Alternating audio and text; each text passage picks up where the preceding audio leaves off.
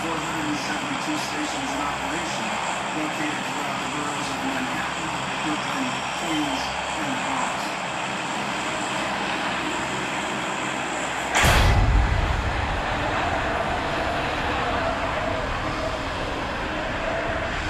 The New York City subway system is also a prime target for terror attacks.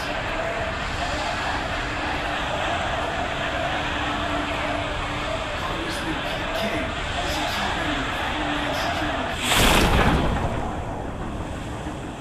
Any subway system is extremely hard.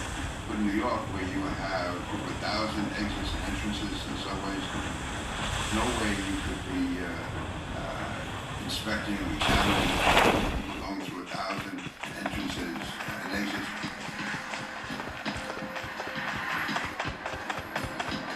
Terrorists have attacked this site. Enemy spotted. For real this time.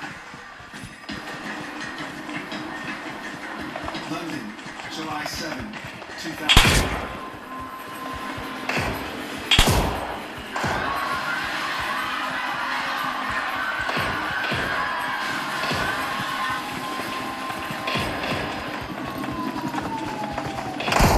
Three suicide bombers successfully deployed their explosives in the British underground. 52 and injured over 7 others. After the limited attacks, terrorists hope to inflict even more damage in New York City.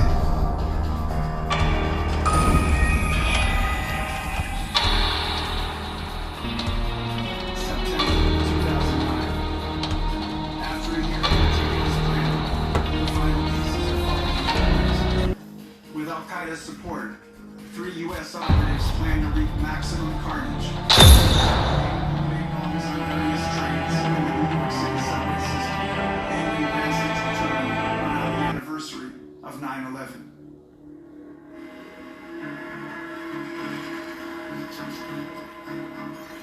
This is a simulation game set in a virtual world and does not represent real life. Please play in moderation, take frequent breaks, and play responsibly. To a potential threat.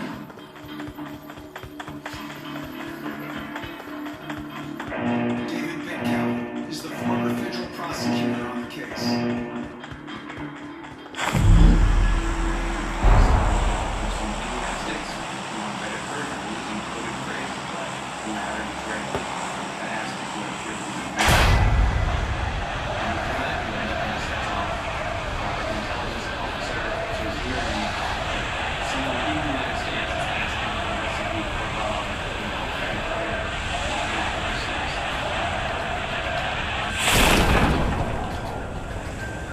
The email exchange kicks off a nationwide investigation and unprecedented cooperation between federal and state law enforcement agencies, including intelligence analysts working with the New York Police Department. Mitchell Silber is the Director of Intelligence Analysis working for the New York City Police Department. The U.S. intelligence community was monitoring these email communications and was able to detect that the emails coming from the U.S. to this Al-Qaeda email address were originated in Colorado. The email address of Rashid Rauf, a senior Al-Qaeda leader in Pakistan, is linked to an IP address in Aurora, Colorado, belonging to a man named Najibullah Zazi. So his first email expresses that he is trying to make the bomb, and in coded language says he used the recipe, flour and oil.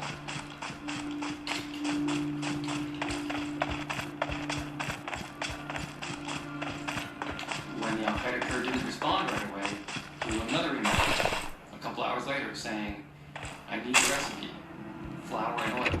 And then he did it a third time, each time using larger font and more strident language, saying what an emergency was that he needed the recipe.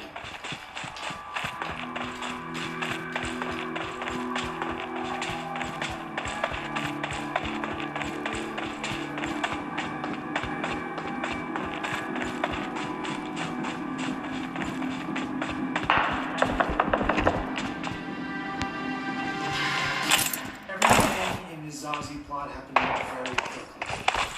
didn't wait. Fall back to safe zone. Replies from that email address before he started driving these.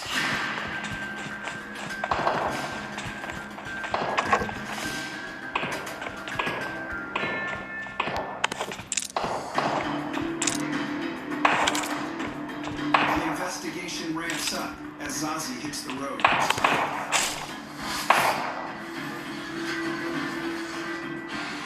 In the wake of Zazi's departure from Colorado, investigators were able to determine that he was experimenting and had made some TATP in Colorado.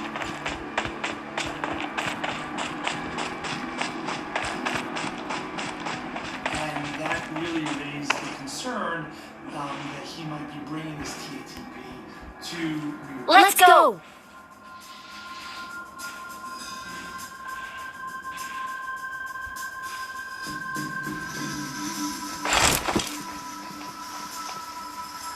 TATP, triserotonine triperoxide, is a highly volatile explosive that's been used in several terror attacks.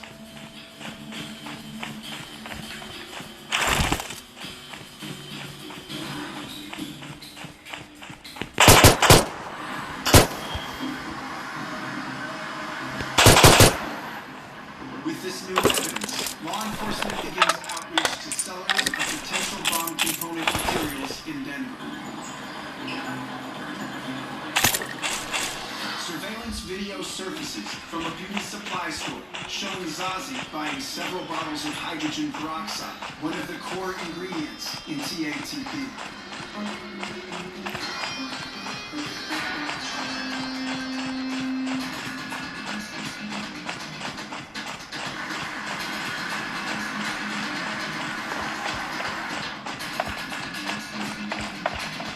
One of the first agencies to receive the details of the threat is the FBI Joint Terrorism Task Force, also known as the JTTF, a counterterrorism partnership of over 50 federal and state agencies.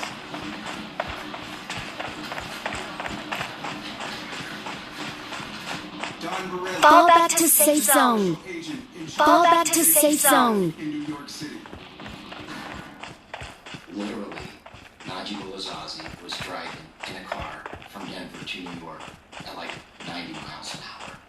And that was the first I heard of Zazi.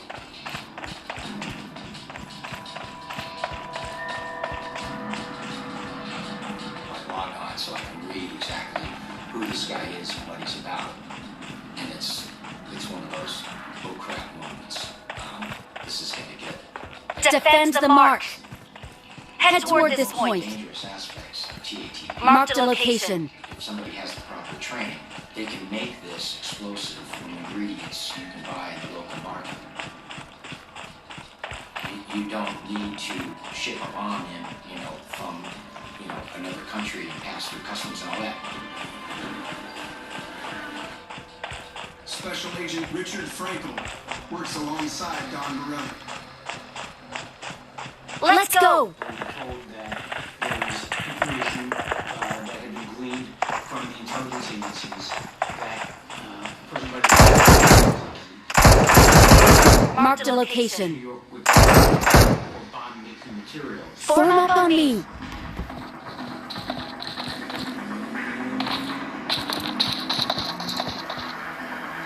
While surveillance keeps eyes focused on Form up on me. intelligence digs up info on their suspect. The investigation I got supplies. Najib Azazi, a leading U.S. resident, was born in Paktia province of Afghanistan. He immigrated to Flushing, Queens at age 14 when his father, who worked as a cab driver. Azazi attends Flushing High School.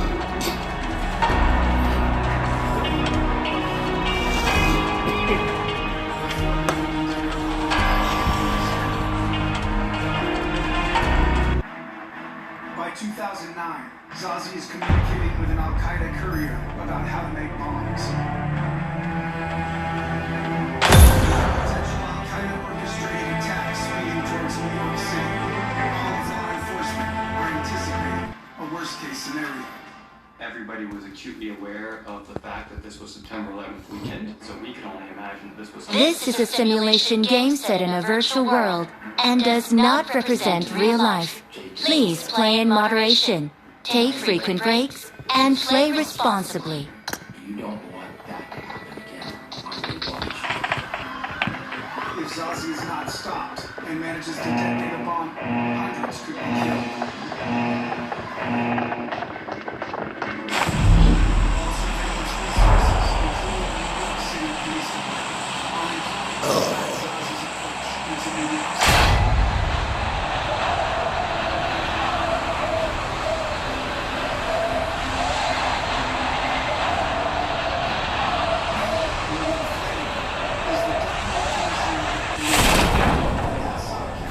To track someone during the investigation of terrorism range from the utilization of electronic monitoring, cell phone eavesdropping, cell phone monitoring, location-based surveillance, GPS, aircraft tracking, and direct physical surveillance.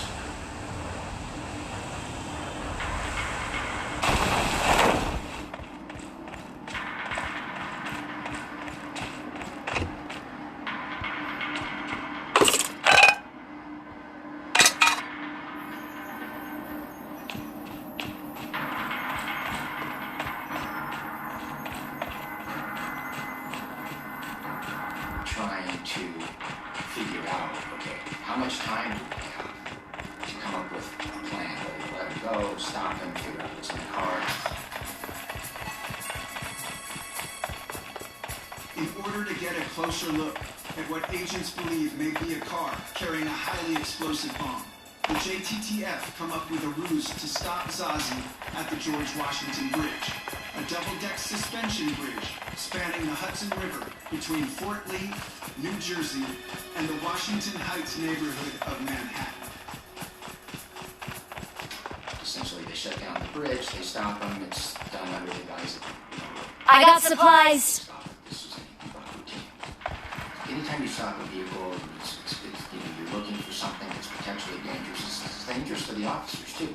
You don't know if he's got something made that he could just detonate on the bridge right there. So it's extremely tense. It was hopefully going to make it look like it might even be a drug stop. And they had a dog walk around the car. Of course, the dog was not a drug-sniffing dog. It was a explosive-sniffing dog. The dog doesn't alert to any threat. This is because Zazie isn't carrying a fully assembled bomb. It was all the materials to make the explosion. Help! So it hadn't actually been put together yet. And part of the reason was it was probably highly combustible and you didn't want to drive, from Denver to New York that way. Without any positive alerts, the Port Authority has no choice but to let Zazie proceed into Manhattan. The last thing you want is somebody that has the ability to make a bomb somewhere in the city. I mean, that's like the worst possible scenario. And yet that's what we were dealing with. And if we take him down at this point and he doesn't cooperate, we have nothing. We don't know if there are other actors. This may just be one cell of a bigger plot to blow something up. With multiple surveillance teams on Zazie, he works his way through Manhattan. He drives around the city, goes out into Queens, he went to a mosque, and drives around the back, out of sight. So essentially now, he's out of sight from the surveillance people. After a few anxious hours, Zazie finally emerges from the mosque and heads back to Queens. They thought they had a good read on him, but the concern was they didn't know what else he was dealing with in New York. And that was the worry. That even if they got Zazie, these multiple subway attacks would be carried out. A critical priority for law enforcement is to find and track affiliates of Zazie. We were checking social media, who his friends were. We were checking everything. The analysts were going through his life bit by bit to find out anything we could. Intelligence analysts uncovered phone, travel, and communication records. And as suspected, Zazi's not working alone. They were able to identify Najibullah's two primary co-conspirators, Serene Hamzeh and Nagis. Although all three were immigrants to this country, they were, in a way, the American success stories. They had come younger than that, and had begun to assimilate. They learned English. They went to high school in Queens. They would be friends. They'd be friends at the mosque. They'd be friends at school. They would play basketball together. They would snoop their iPod together like normal American teenagers. The three former high school classmates from Flushing High School seemed like regular kids growing up amongst a diverse immigrant community in Queens. But by 2006, things have changed. Motivated by the U.S. war in Afghanistan and what they deem a crusade against Islam by the West, the trio become more devout in their religious practices and begin to follow the teachings of Sheikh Anwar al-Awlaki, one of Al-Qaeda's most notorious online recruiters. Jihad against America is binding upon myself. American guy spoke perfect English, but it resonate with some of these people. They're showing how blind this life is. The guy shooting, they make it look like, a outward bound adventure, and so you just they make it appealing to some of these kids that have nothing really around. The group is also inspired by Zakir Naik, a physician in India and prominent speaker on Islam, who publicly declares that Jews control America and that apostates can be killed. By 2008, the Friends are convinced it's their duty to wage jihad in Afghanistan. The original motivation for Zazi, Ahmadzeh, and Nadian to go into Pakistan and Afghanistan was to fight there. And they had this very romantic view that they were going to recreate what it was like in the 7th century to be a famous Islamic warrior. They were radicalized together, essentially, which is not uncommon. Half the radicalization is a comfort factor. While in Pakistan, the Friends are contacted by Al-Qaeda and travel to Waziristan, where they train in high-powered weapons at an Al-Qaeda camp. Zazi receives further training in explosives. Al-Qaeda leaders encourage the Friends to return to the United States. For Nagis and Zareen and Najibullah, what made them special was they had American passports, and they could return to New York City without attracting suspicion, and that was their value to Al-Qaeda. The three friends from Queens agree to return to New York and wage terror attacks on the very city they grew up in. Armed with the identities of Zazi's co-conspirators, the investigation quickly expands into a full-blown manhunt. There were search warrants across the 5 boroughs and the surrounding areas of New York and other states. Because now the case goes from one person to 3 people, and that means now you have 3 targets. Agents finally have eyes on all 3 suspects. Following the recommendation of prosecutor David Bidkow, they set up wiretaps and surveillance. Under the Foreign Intelligence Surveillance Act, FISA, they don't have to show that the defendant is a criminal, just probable cause that the suspect is an agent of a foreign power, including potentially a terrorist.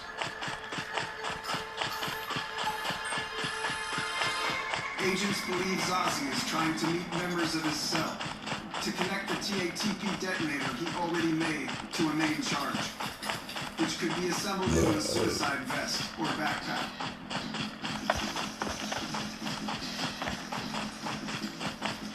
They follow Zazi to a house in Queens, where they also hope to find the other 2 members of his cell.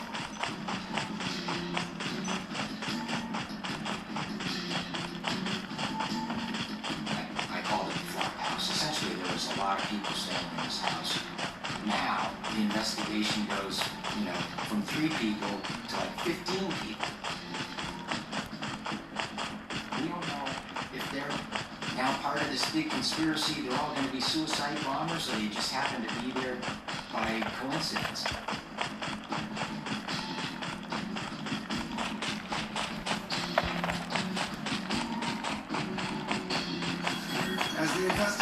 expands, so does the manpower needed to follow these other potential suspects.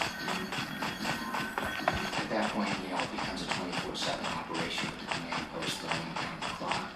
The flophouse turns out to be exactly that. A cheap place shared by a number of people, all innocent to the plot.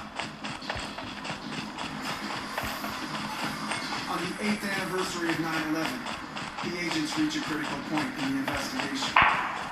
Zazi has parked his car on the street and leaves the scene. The agents see it as an opportunity. While one team follows Zazi, the other goes for the car.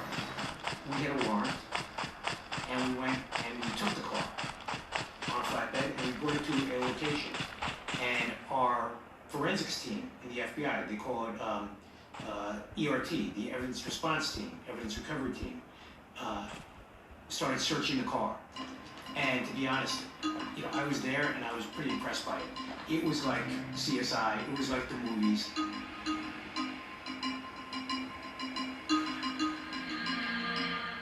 And we actually found a computer in the car.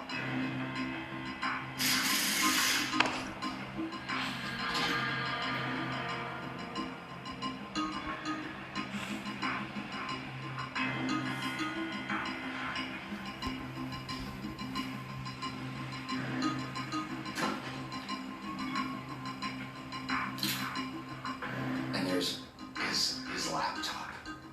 Gold mine.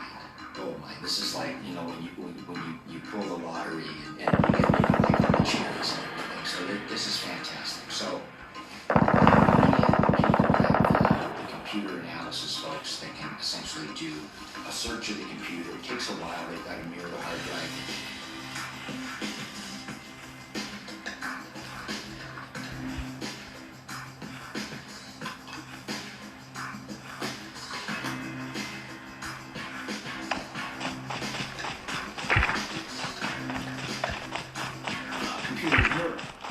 Which means it was copied. Put the car back together, they put everything back where it's supposed to be and they go.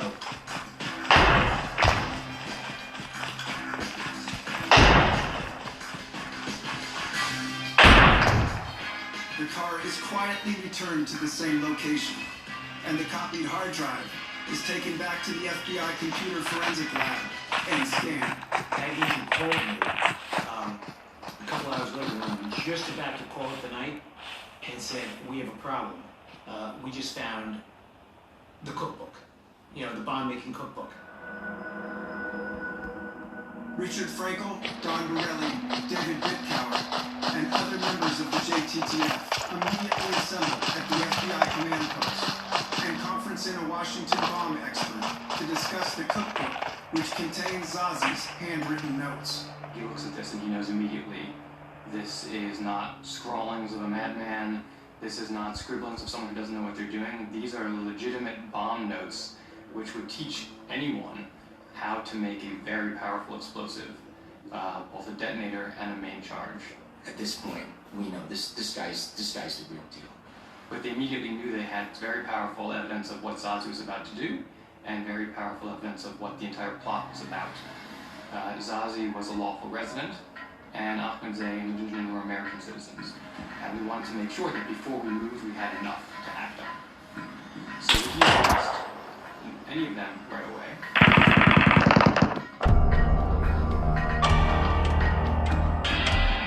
In a surprise move, just after the bomb-making notes are discovered, Zazi was taken from JFK Airport back to Denver. Agents believe Zazi has been tipped off.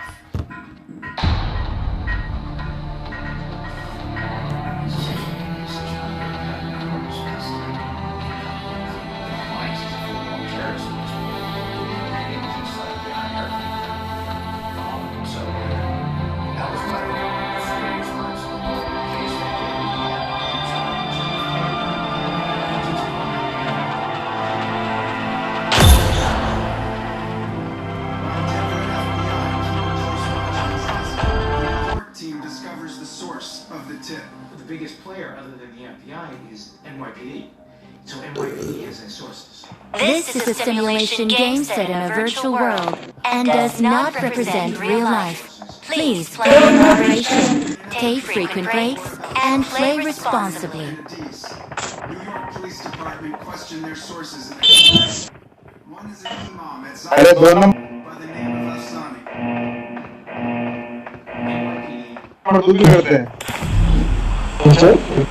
एक number यार पहला number तेरा ये उधर दे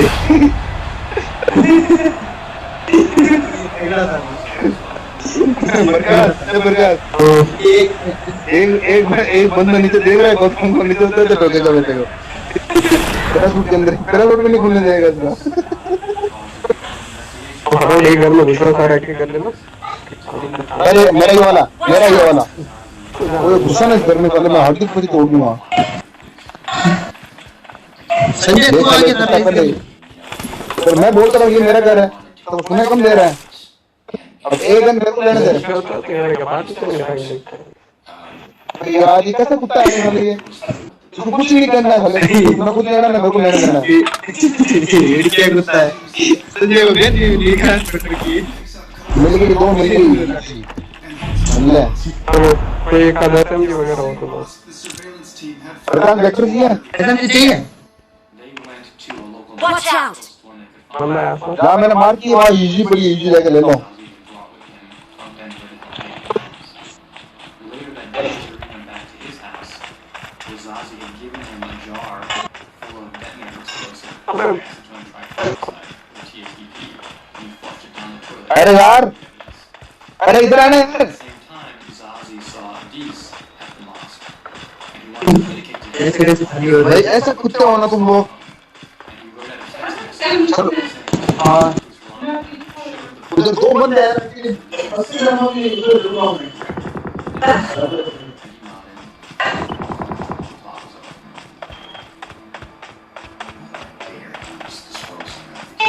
Because I guess in his mind abandoned the plot, but we didn't know. For us, this thing was still as long as it was, a day ago.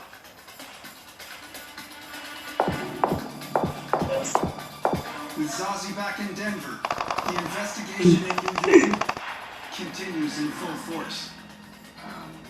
We've still got co-conspirators, Adis and Zareen. We don't have enough on them yet, so we're following. So, what do? Maybe we have practice. That's where Dave Bishop comes in. What's the please? Evidence found. David Bitcow decides it's time to approach Zazie. the agency in Denver was front and he agreed to answer about his travel to Pakistan. He asked him about what he was doing in New York and Zazie didn't have a good story to tell.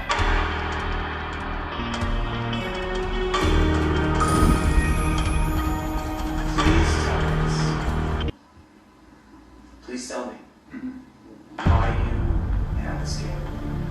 I surprisingly saw this film. I think because my language was having one.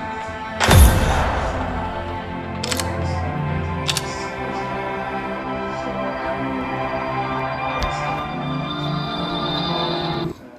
I read Omlet. What is this film about?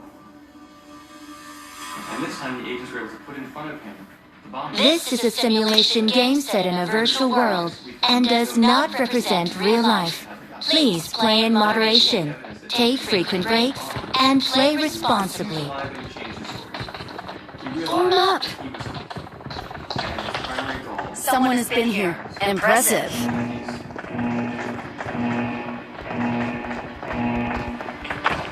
Zazie takes full credit for the deadly plot to explode bombs on the New York City subway system, but claims he changed his mind at the last minute. His admission is enough for the FBI to make a arrest. Excellent work! Stay alert! Excellent work! That's what we go for. We're FBI agents. We don't want this to be, the never-ending case that goes on and on. Finally determined, that we had enough to arrest him, that we did arrest him. So that was off the street. So Ozzy was arrested in mid-September, and he, as he had during his interviews, was trying to protect his best friend, not with any role in this plot. They said it was just him. And the investigation went on for several months. At this point, here's what the FBI and the NYPD know. Head toward this point. That there's a plot that seems to have been stopped. What we don't know, who was in on the plot. There were as many as 18 plus people who he associated with in one way or another or considered Watch out! linked to Form up! New York. As the investigation continues, suspects are eliminated, except for Ahmed and Adis Madunjanin. We still didn't know exactly what the other two guys, what their role was. So the decision, was made to the investigation has to continue. We need to still get more evidence to be able to indict and convict these guys. Both suspects have been laying low since Ozzy's arrest, but with mounting evidence, FBI agents in New York decide to increase the pressure.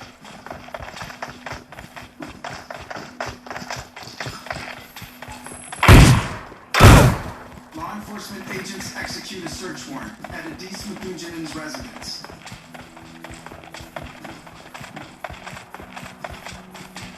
David Bicaro gives us an order. Go pick up Adis Madunjanin's passport. We send the team over to the house. They go up to Adis, and he hands over the passport. Whenever you have any kind of an overt action like a search warrant, and even when you're doing it under the guise of something else, they know that you're on to them. Is that going to trigger an action? Are they going to go out then and just say, listen, I'm going to go out in a blaze of glory? Ultimately, that's what Adis did.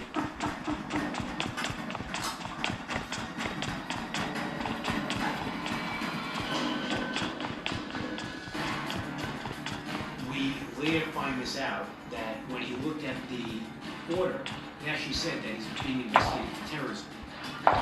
Realizing that his arrest is imminent, he makes a last-ditch jihadi effort. So Adis runs out of the house, jumps in his car, and starts racing down like a bat out of hell down Northern Boulevard in Queens.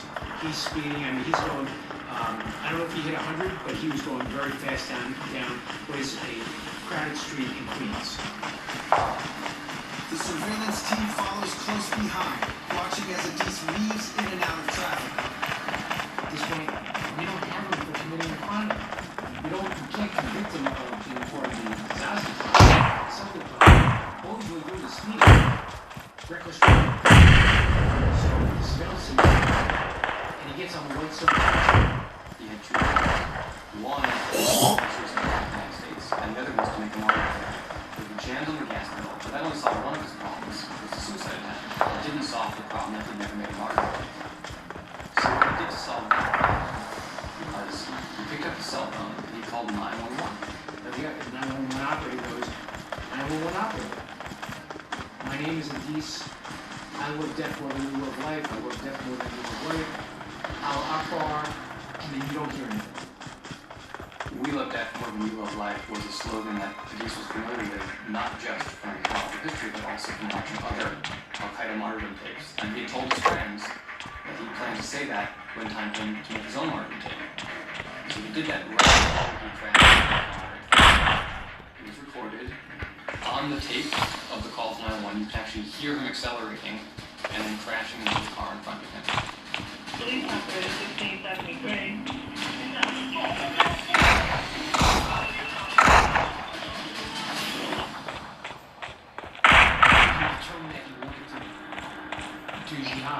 He wanted to kill people.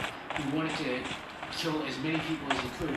He knew it wasn't going to get through the bomb plot, so he decided that he would have a car crash, a massive explosion, and kill people on the highway. Fortunately, for the people of Queens, the car did not explode. It was not a gigantic explosion. To the contrary, the airbag deployed onto the Nissan Altima. But they didn't send the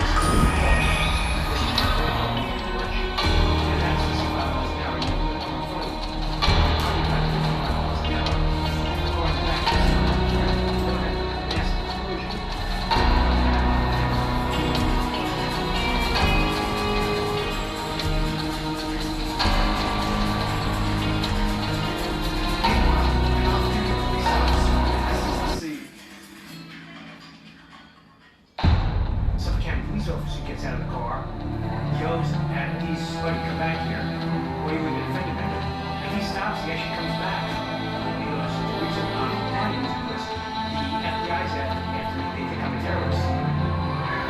The cop turns around and sees the surveillance team now running with their badges.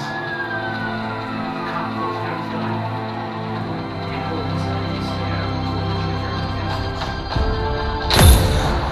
At this point, he's arrested. At this time, JTTF is still unaware of the call Adis made to 911. But before they can say anything, Adis starts to talk. This is a simulation game set in a virtual world and does not represent real life. Please play in moderation, take frequent breaks, and play responsibly. So the innocence is on the list by virtual since losing patience. The JTTF now have 2 of the 3 conspirators in their grasp. Sorry, is still on the loose. That problem happens. Serene. He started to speak. He's terrified. He's in Times Square. Times Square is one of New York's most popular tourist destinations and a known target for potential terrorist attacks. So we actually had him pulled over, and we had him brought back to the Joint Terrorism Task Force, where he was also interviewed. He was arrested based upon all the information that we had from his co-conspirator, Adis. Through multiple interviews with Adis and Zazi, the true horror of the plot begins to unfold. They plan to arm themselves with suicide vests, jump on multiple trains on the New York City subway at rush hour, and blow themselves up.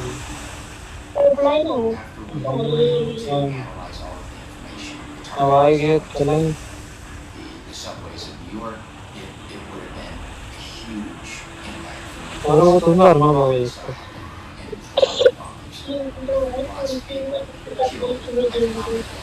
essentially putting this city into gridlock.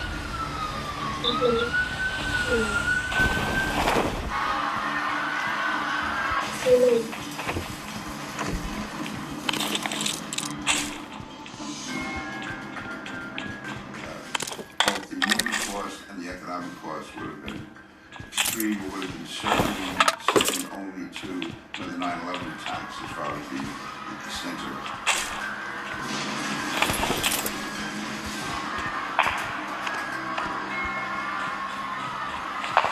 The plot also highlights another growing phenomenon. So really you saw the connection linkage between the homegrown threat and a foreign terrorist organization play out in its most dangerous way.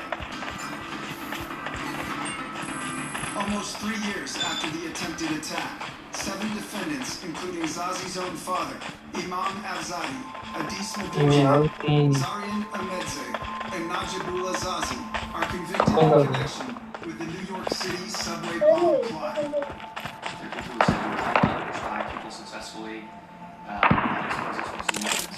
And on the other side, they say you cannot give terrorists the rights that they have in the Constitution and still convict them in a way that protects their lives. And I think the record has shown the opposite to be true. In fact, some of the most dangerous terrorists, Najibullah Zazi, Adis Medouchi, and Zarian Ahmedze, just to name 3, can be successfully prosecuted to the full extent in a way that preserves the sources and methods necessary to protect us from future plots, and also preserves their rights within our Constitution. For the JTTF and other counterterrorism task force units, the Zazi case is a success. Last I knew, he was in the Supermax facility in Florence, Colorado. He was still there, that's what Playing the facts on the extremes really struck close to home here because we are so in our area, we're so dependent on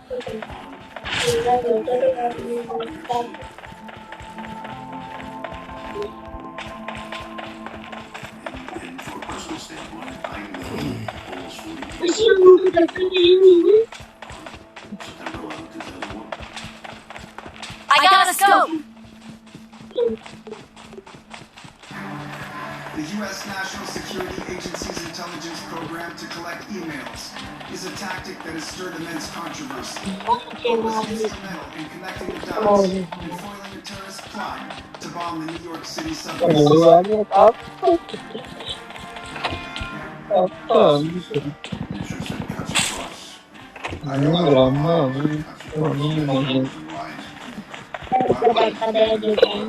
Kataon kere daw nakatamare. Huh?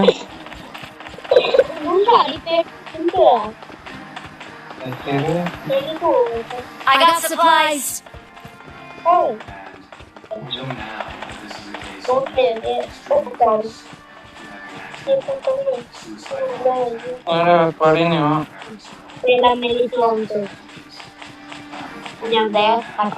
That was stopped due to the joint efforts of the intelligence community as well as Hello. Hello, bhai. Hello. in many states. When I started looking at international terrorism, Hello, bhai. Hello. the prototype of a terrorist is somebody that comes Hello. from another Tino machano mein. Hello. country somehow. Your target is somebody Okay. who's there. Hello. Now, it's like somebody Okay. that's walking and living amongst us. It's भाई ओम की गोली दे दो भाई ओम का ammo दे दो यार कोई radicalized on the internet. AWM का Watch out. AWM का एमो दे दो यार hello 3 number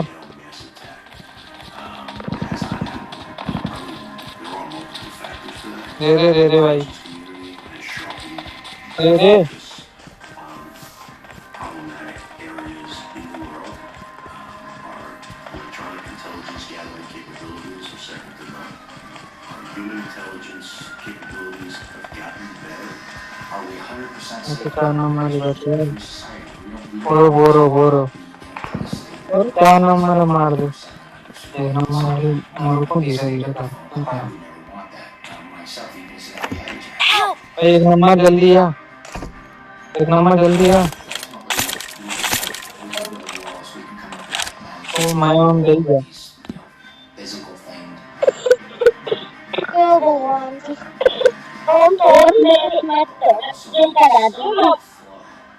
Of potential new recruits, and that is why I'm trying to win their hearts and minds to give them an alternate message, a message of hope, that you can be prosperous, that you can do good things in your life. You don't necessarily need to follow the path of ISIS or Al Qaeda.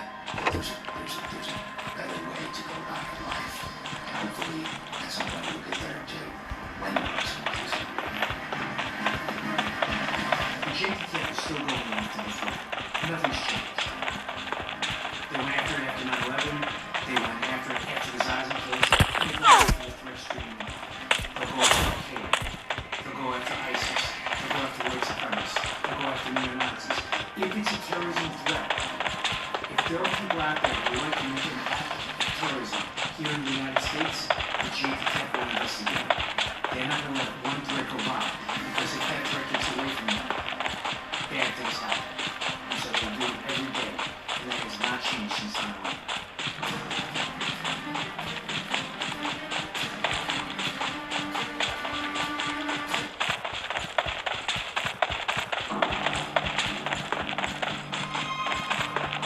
Al-Basari was obsessed with killing Americans. He wanted to have the biggest impact that he could. Khalid al-Basari is planning a series of attacks in the United States.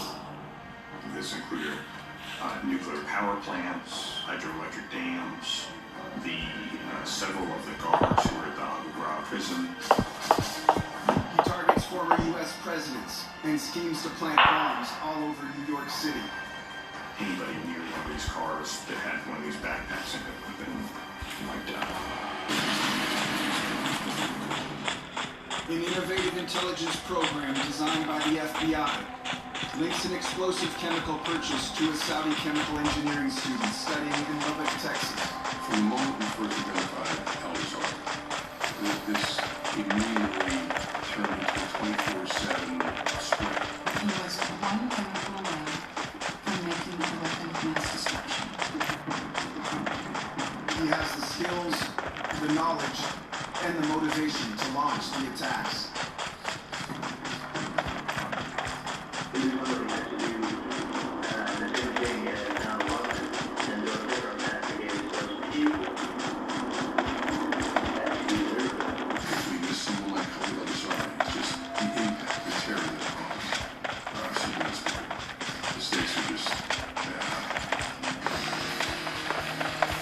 stories of the world's deadliest terror plots, with exclusive access to leading counterterrorism experts and the elite agents who stopped the attacks.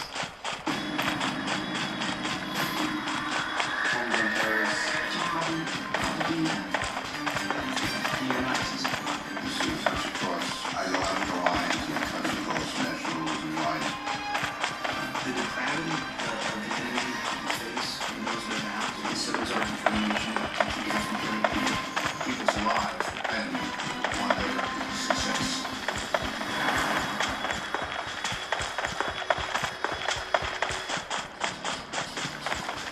On this episode of Terrorism Close Calls, a Saudi chemical engineering student plans an attack on America using weapons of mass destruction. The FBI's Dallas division, along with their partners in Lubbock, Texas, must stop him before he unleashes his deadly plot.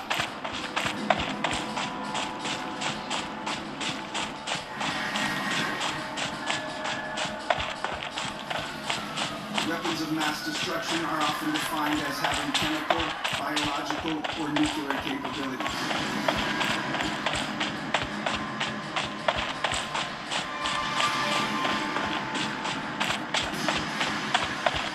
But they also include weapons that cause mass casualties, like the IED, or improvised explosive device. IEDs are responsible for half of all Americans killed or wounded in combat in Iraq and Afghanistan.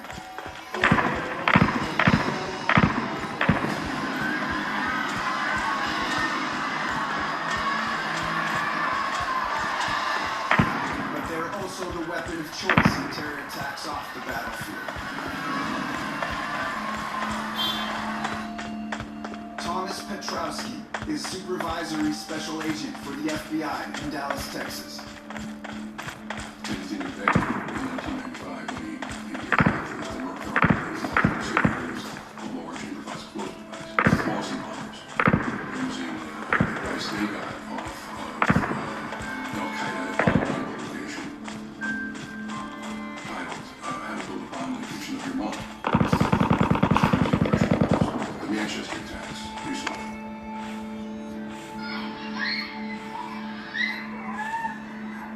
An IED used effectively.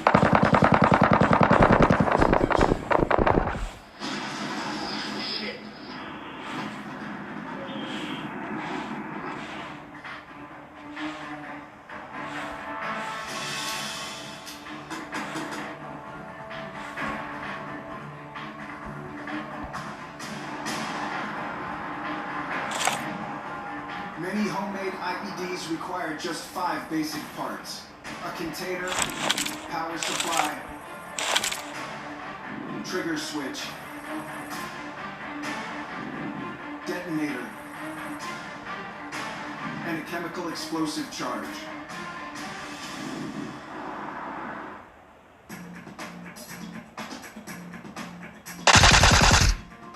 The container holds the device. A power supply sends electricity to a trigger switch, which activates a detonator, initiating a main chemical to create an explosion and high-pressure blast wave, which can travel outward at about 1,600 feet per second. The intense pressure from a blast wave can rupture eardrums, slam your brain against the inside of your skull, snap necks, blow apart blood vessels, overpressurize body cavities, and cause fatal rupture. Additional elements packed into the device, such as ball bearings, stones, nails, and toxic chemicals, are also used for even more devastation and death. These devices can be